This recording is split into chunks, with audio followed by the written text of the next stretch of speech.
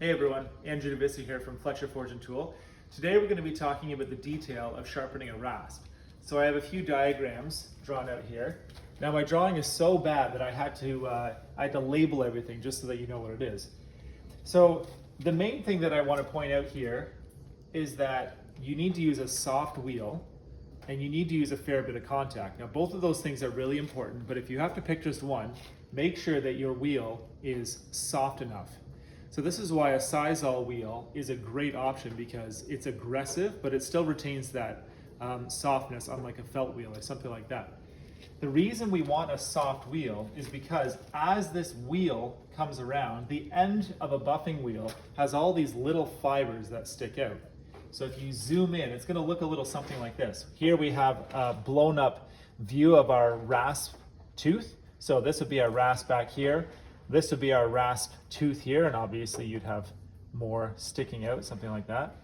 So as we press our rasp into the wheel, these fibers are going to deform around the tooth. So they're actually going to press into the tooth and they're going to ride up the tooth. And they're going to shave off this portion here. So what happens is if the wheel is too hard, or if you're not putting enough pressure on, it doesn't have to be excessive, but if you're not putting at least firm pressure on the wheel with the rasp, and again, especially if the wheel is too hard, what starts to happen is that it simply cuts the top of the tooth off, straight like that. So that's not going to sharpen the rasp at all. What we really need is this backside being shaved off, just like so. So whenever we're sharpening a rasp, just basics, we always want to make sure that those fibers on the rasp, the direction of rotation is pointing the same way as the teeth. So if we have our rasp, if your grinder is spinning like most normal sane people would have it, and having it spinning forward and down on the side that you're standing on, then the teeth, you're going to hold the rasp basically with the handle up. So you can see here my lovely diagram of a rasp. All the teeth are pointing downwards, the same as the direction of rotation. So we're going to demo that for a second here. So I've got my wheel here, and if you come up in here a little bit closer, you can see how pliable this is right here. There's a lot of flexibility. Now sometimes, here, come around the side and show this for a second here. You can see there's rows of stitching. Now when you come to a new row, what I will sometimes do, as this wears down to that next row of stitching, the wheel will become harder and less pliable.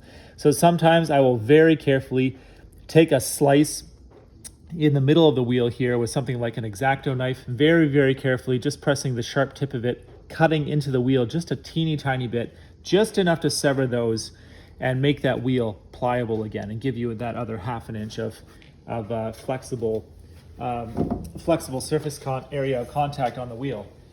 So I'm going to hold my rasp with the handle up, all the teeth are pointing down, and this grinder is going to be spinning downwards at the front. And so as I press in here, all of these little fibers are going to get right in and amongst and behind the teeth and sharpen that backside edge. So I usually find if I'm doing this every day, I'll usually do about 5 passes. Down and up counts as 1 pass, and I'm going to reload just a little bit after every pass. That's for the coarse side. The fine side will usually be 2 or 3, usually about half as many.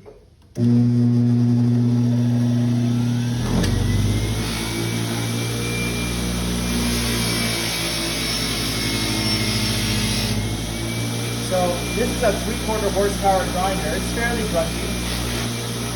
And you can hear it slowing down, not bogging, but you can hear how much pressure I'm applying.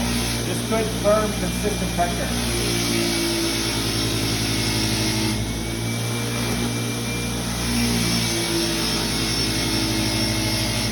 No need to rush it.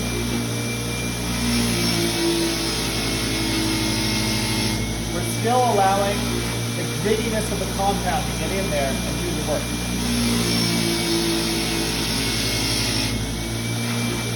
Now for the back side, same thing, exact same motion.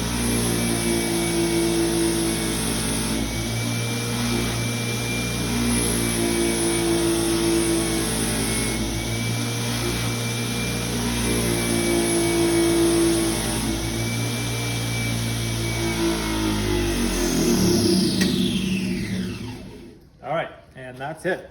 So that rasp will stay serviceably sharp for, I don't know, I find touching it up every day is really the best way. It doesn't take long. You can see that only took, what, less than a minute. And it will keep it serviceably sharp for a really long period of time. Anyway, I hope that helps. Thank you all very much. Have a great rest of your day. Bye-bye.